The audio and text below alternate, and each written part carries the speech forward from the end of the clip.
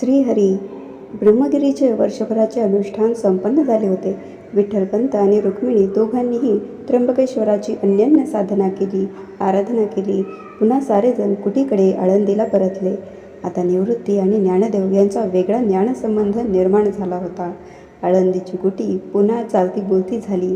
गोट्यात कधीही बंधनात न बांधल्या गेलेल्या गाय वासरालाही आनंद झाला. या प्रेमळ परिवाराच्या प्रेमस्पर्शाने त्यांनाही गहिवरून आले. पावसाळा सुरू झाला होता. मुक्ता सोपान स्वतःभोवती गाऱ्या भिंगोऱ्या खेळत चिंब भिजत असत. सोपान तसा घट्ट, पण मुक्ता नाजूक साजूकच. ती एक दिवस तापाने फणफणली. मातापित्यांनी घरगुती उपाय करून पाहिले, पण काही उपयोग झाला नाही. विठ्ठलपंत उठले, ग्रामवैद्यांकडे आले. ग्रामवैद्य त्यांच्या वाड्याच्या अंगणातच होते. वा विठ्ठलपंत, का आज आळंदी प्रवेश केला वाटतं? शास्त्री बुवा, मी पापी आहे, पण माझी मुलगी मुक्ता निष्पाप निर्मळ आहे हो. ती खूप आजारी आहे. तिचा ताप उतरत नाही. ग्लानी येते सारखी. माझी कळकळीची विनंती आहे, आपण येऊन तिच्यावर उपचार करावेत. मी आपला आजन्म ऋणी राहीन. पंत, आपलं धाडस वाखाणण्याजोगं आहे. माझ्यासारख्यांकडे येणं म्हणजे भलतंच साहस. ग्रामण्याचा अर्थ कळतो ना? माझी पोर मरणाच्या दारात उभी आहे. शास्त्रीजी, दया करा. आता मुलीच्या जन्माची चिंता करता. संन्यासाश्रमातून गृहस्थाश्रमात येताना कुठं गेला होता हा शहाणपणा? मुलं जन्माला घातली, तीही ग्रामण्य असताना. तेव्हा केला होता विचार? मरेना पोर असं म्हणू नका हो. माझी मुक्ता. वैद्यो नारायणो हरी असं म्हणतात. व्याधीग्रस्ताला व्याधीमुक्त करणं, मृत्यूपासून जीवाचं रक्षण करणं हा वैद्याचा धर्म आहे.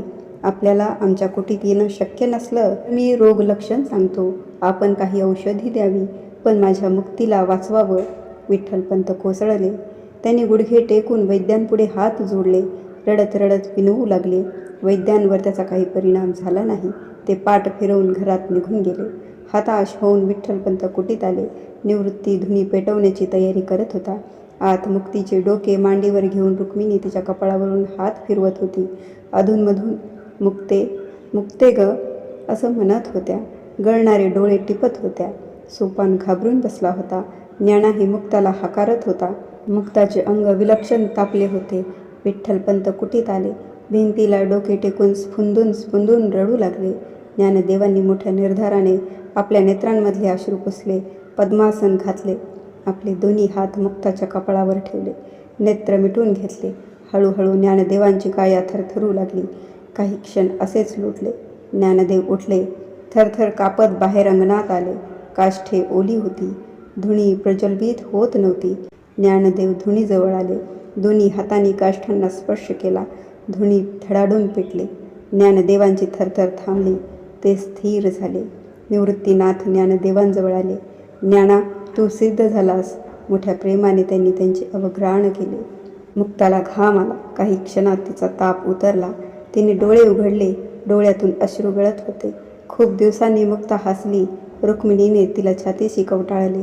प्रेमाने तिला त्या चुंबू लागल्या. ज्ञाना आत आला. मुक्ते, कसं वाटतंय आता? लवकर बरं व्हायचं? खेळायचंय ना आपण?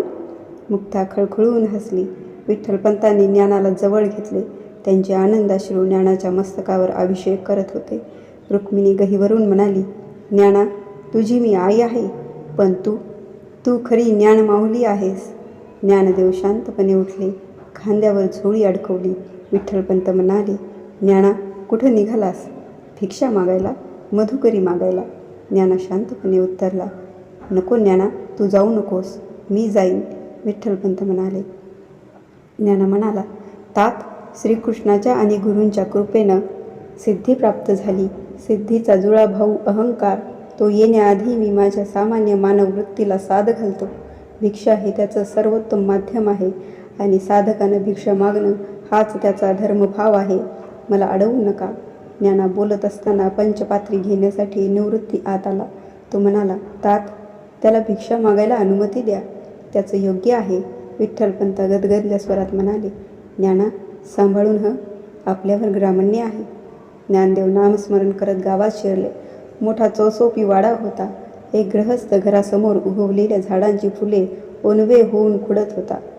ज्ञानदेव त्यांच्याजवळ गेले. सूर्यकिरणांमुळे त्यांची सावली त्या गृहस्थावर पडली.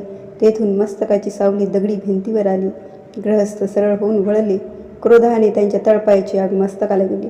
"कारट्या, तुझी अशुभ सावली माझ्यावर पडली. आता मला परत स्नान करावं लागणार." ज्ञानदेव थंडपणे म्हणाले, "ओम भवती भिक्षाम देही." त्यांचा थंडपणा पाहून त्या गृहस्थाला अधिकच राग आला. "भीक मागतोय वर, चालता हो, नाहीतर लाथ मारून हाकलून दे." शांत चित्त ज्ञाना म्हणाला, "आपला धर्म सांगतो, अतिथी देवो भव. आपण विप्र आहात, आपल्या तोंडी ही भाषा शोभत नाही." त्यामुळे ते गृहस्थ अधिकच संतापले. "अरे महामूर्खा, मला धर्म शिकवतोस? मोंजी बंधन झाल्याशिवाय भिक्षा मागण्याचा अधिकार प्राप्त होत नाही. मला धर्म सांगतोस? मी काही कच्च्या गुरुचा चेला नाही." ज्ञानदेव म्हणाले, "ठीक आहे, तर आपल्याला अधिकार आहेच. आपणच माझे आणि माझ्या दोन्ही बंधूंचे उपनयन संस्कार संपन्न करावेत." गृहस्थ म्हणाले, "अभद्र कारट्याचं उपनयन शांत पापम, अर्थात तू असं परगळणारच. धर्मबुडव्या नीच बापाची संतती अशीच." ज्ञानदेवांनी त्यांच्या दृष्टीस दृष्टी बुडवत सांगितले, "महोदय, आपण मला द्यायच्या तितक्या शिव्या द्या, शाप द्या, परंतु माझ्या तातांविषयी असे अनुद्गार काढू नका. आपणही माझ्या तातांच्या वयाचेच आहात." यावर ते अधिकच चिडले. "मूर्खा, माझी तुलना तुझ्या बापाशी करतोस?" असे म्हणून त्यांनी ज्ञानदेवांच्या जोरात थोबाडीत मारली. कोवळ्या वयाचे ज्ञानदेव गाल लाल निळा झाला. क्षणभर त्यांनी डोळे मिटले. उघडून स्मित करत म्हणाले, "महोदय, केवळ सावलीने आपल्याला विटाळ झाला. आता तर मारण्याच्या निमित्ताने मला स्पर्शही केलात. आता आपल्याला स्नान अनिवार्य आहे. असो, ईश्वर आपले कल्याण करो." ज्ञानदेव वळले. तो गृहस्थ ज्ञानदेवांची ही शांत वृत्ती पाहून आश्चर्यचकित झाला. अभावितपणे म्हणाला, "थांबा ज्ञानदेव, आजपासून हा हेरंब शास्त्री तुमचा झाला. इतकी सहनशक्ती? मी सुद्धा ईशोपासना करतो, पण क्रोधावर मला असा विजय प्राप्त करता आला नाही." त्यांनी हात जोडले. "क्षमा करा मला, मी आपल्यावर हात उगारला.